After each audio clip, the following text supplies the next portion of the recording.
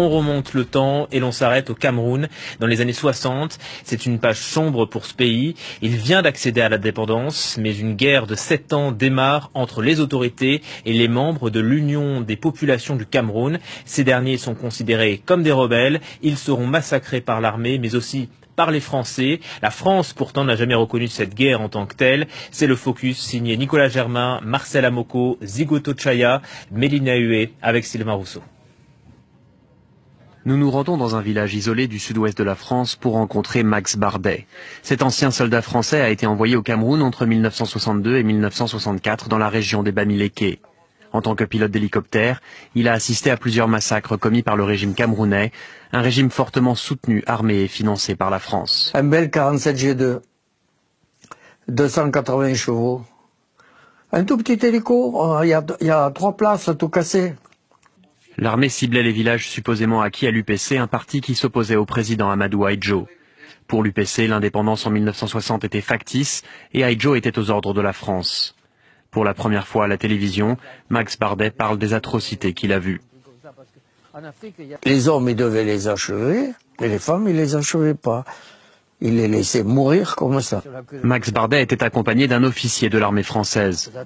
Ce que voulait voir cet officier qui était avec moi, c'était qu'il n'y ait surtout pas de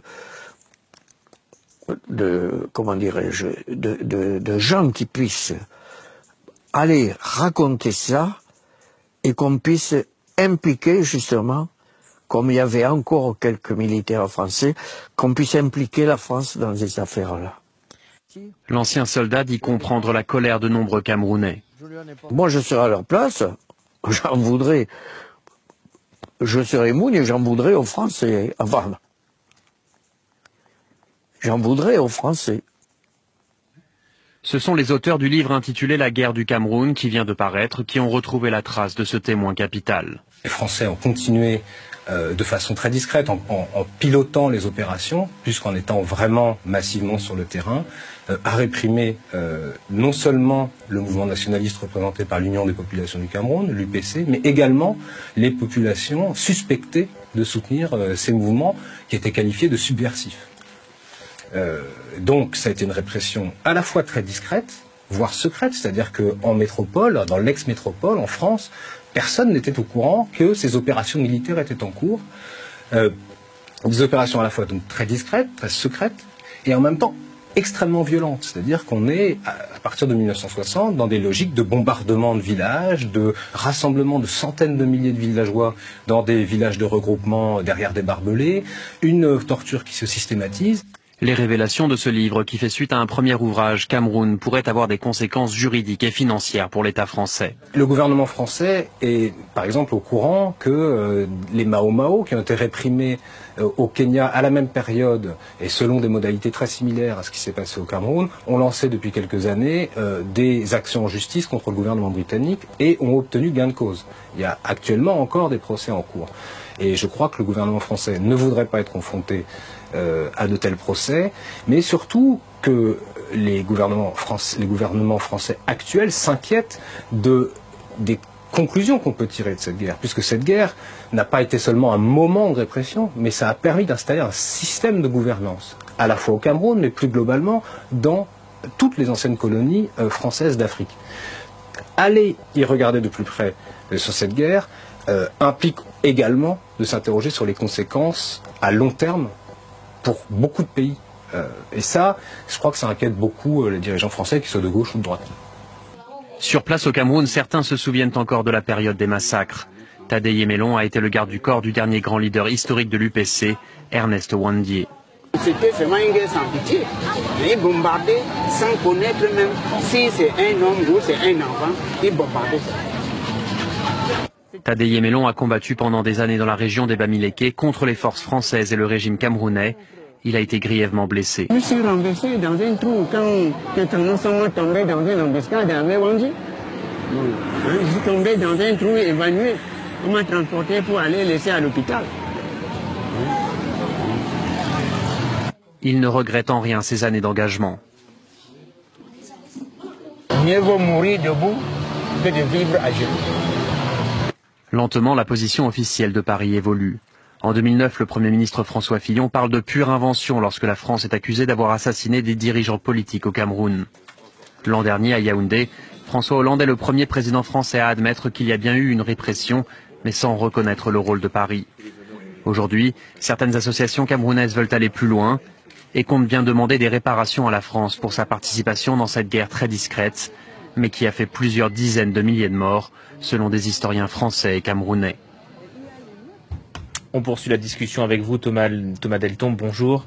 Je rappelle que vous êtes journaliste, essayiste, co-auteur de La guerre au Cameroun, l'invention de la France-Afrique, qui s'est paru aux éditions de La Découverte en octobre 2016. D'abord, un mot du contexte de l'époque. On est en 1960 et le Cameroun vient d'accéder à l'indépendance. Alors, ce qu'on appelle la guerre du Cameroun commence avant. Peut-être pour donner du contexte, justement, je pourrais citer la phrase de Pierre Messmer, qui a été Premier ministre dans les années 70, ministre des Armées pendant les années 60, mais qui avant ça avait fait une carrière coloniale, et c'est lui qui, entre 1956 et 1958, était ce qu'on appelle le haut commissaire de la France au Cameroun, le préfet, on va dire, de l'époque. Et dans ses mémoires, il dit cette phrase que je cite: « Nous avons accordé l'indépendance à ceux qui la demandaient le moins, après avoir éliminé politiquement et militairement ceux qui la demandaient avec le plus d'intransigeance. » En une phrase, il résume assez bien le contexte de l'époque, en effet. Et les mots sont choisis. Éliminer politiquement, puis militairement, c'est exactement ce qui s'est passé. C'est-à-dire que la France, le Conseil des ministres en France a interdit l'Union des populations du Cameroun. L'UPC est donc rentré en clandestinité et refusant d'abandonner le combat, la France s'est acharnée militairement, cette fois-ci, avec des vastes opérations militaires pour essayer non seulement d'éradiquer l'UPC, mais également toutes les populations accusées de les soutenir, de soutenir les nationalistes. Parce qu'il y en avait d'autres ? Parce qu'il y avait d'autres personnes, il y avait l'UPC, il y avait d'autres groupes. Mais surtout, non, l'UPC, qui avait été créé en 1948, avait mobilisé massivement les Camerounais autour des mots d'ordre d'indépendance, de réunification du Cameroun français et du Cameroun anglais. Et donc, effectivement, il y avait des dizaines et des dizaines et des dizaines de milliers de Camerounais qui soutenaient l'UPC. C'est dans les rapports de police de la France qui dit l'UPC jouit d'une popularité immense. Donc, pour essayer d'éradiquer, d'éliminer, comme dit Messmer, complètement les velléités nationalistes, la France a engagé une guerre. Est-ce que l'UPC était armé ? Ils auraient bien aimé, je pense, parce qu'ils se considéraient à juste titre, à mon avis, comme des résistants face à l'ordre colonial. Mais malheureusement, ils n'avaient que très peu de soutien et surtout, ils n'étaient pas du tout préparés à une lutte armée. Ils n'avaient pas du tout l'intention de faire une lutte armée. On le voit dans les archives et beaucoup d'historiens camerounais, américains l'ont montré. L'UPC est un parti légaliste. Modérés, comme on dirait. Ils réclamaient simplement leurs droits, des droits reconnus par les Nations Unies, c'est-à-dire la pleine souveraineté et l'indépendance. Or, la France refusait de reconnaître des droits qui étaient pourtant reconnus par l'ONU aux Camerounais. Donc à l'époque, le président camerounais était un homme de paille de la France ? Alors, le président camerounais il n'y a un président au Cameroun qu'après l'indépendance proclamée le 1er janvier 1960 à Idjo.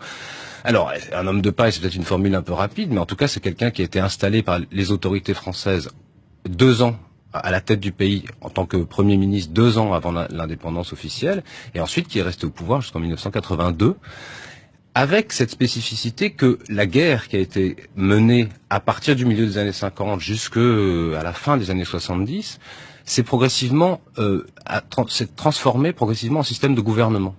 Et donc les techniques extrêmement violentes de guerre se sont routinisées d'une certaine façon. C'est rentré dans une sorte d'administration quotidienne. Nous, quand on a fait notre enquête, et d'autres chercheurs ont constaté la même chose, on voyait que des choses comme la torture, par exemple, devenaient presque banales. C'est-à-dire qu'on interrogeait des militaires camerounais ou des anciens policiers qui nous expliquaient ah oui, là, c'est vrai qu'on tapait assez fort, ce qui signifie, enfin, qui signifiait qu'en réalité, ils pratiquaient la torture presque quotidiennement. C'était devenu un système habituel. La dictature est devenue une sorte de guerre permanente, non seulement contre les opposants, mais contre tout le peuple camerounais. Et ça a duré 7 ans, c'est ce que dit Nicolas Germain dans le sujet. En tout cas, moi, personnellement, je ne connaissais pas cette page, et j'imagine que beaucoup de téléspectateurs qui nous regardent la découvrent. Pourquoi cette méconnaissance ? Il faut dire que à ce moment-là, la France avait les yeux rivés aussi sur l'Algérie. Alors ça, c'est une question intéressante. Pourquoi cette méconnaissance ? À mon avis, il y a des responsabilités françaises extrêmement fortes, extrêmement importantes. Les autorités françaises ont toujours essayé de censurer les moindres personnes qui essayaient de parler de ça. Un exemple fameux est celui de la censure du livre de Mongo Betty en 1972. Mongo Betty, qui est un grand écrivain camerounais, a écrit un livre sur ce sujet-là en 1972. Son livre est interdit, saisi, et tous les exemplaires brûlés.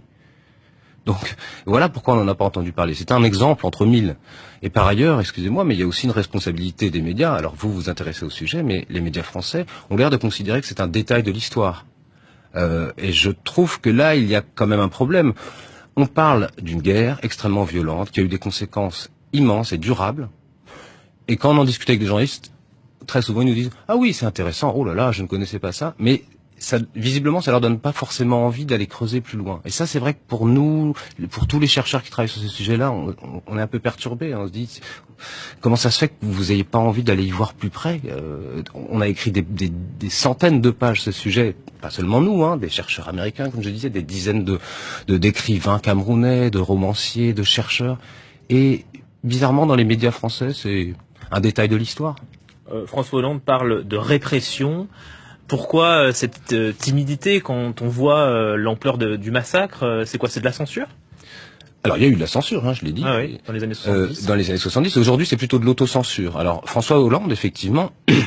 c'est le seul qui allait aussi loin. Alors, c'est le seul qui a parlé de ça officiellement, déjà, pour commencer. Alors effectivement, en visite à Yaoundé en juillet 2015, il a dit qu'il y avait une répression des événements tragiques après l'indépendance, etc. Un discours extrêmement flou. Alors, si on est... positif, on peut dire bon, c'est bien, c'est la première fois que les autorités françaises reconnaissent qu'il s'est passé quelque chose au Cameroun, tant mieux. Mais quand on voit la déclaration et ses suites, on s'aperçoit que ils n'ont pas l'air de prendre ça tout à fait au sérieux et de se rendre compte de l'importance de ce dont on est en train de parler. On a plutôt l'impression que les autorités françaises sont obligées aujourd'hui, elles ne peuvent plus nier, comme le faisait François Fillon il y a quelques années, elles ne peuvent plus nier, mais elles essaient de balayer ça sous le tapis. Oui, c'est passé quelque chose. Allez, on avance. Mais on n'avance pas sur des centaines de milliers de morts sans leur rendre hommage, sans essayer de faire la pleine lumière sur ce qui s'est passé. C'est impossible. La guerre du Cameroun, l'invention de la France-Afrique, paru aux éditions de la Découverte. Merci beaucoup Thomas Deltombe pour donc ce témoignage et ces preuves donc que vous mettez en lumière près de 60 ans après les faits.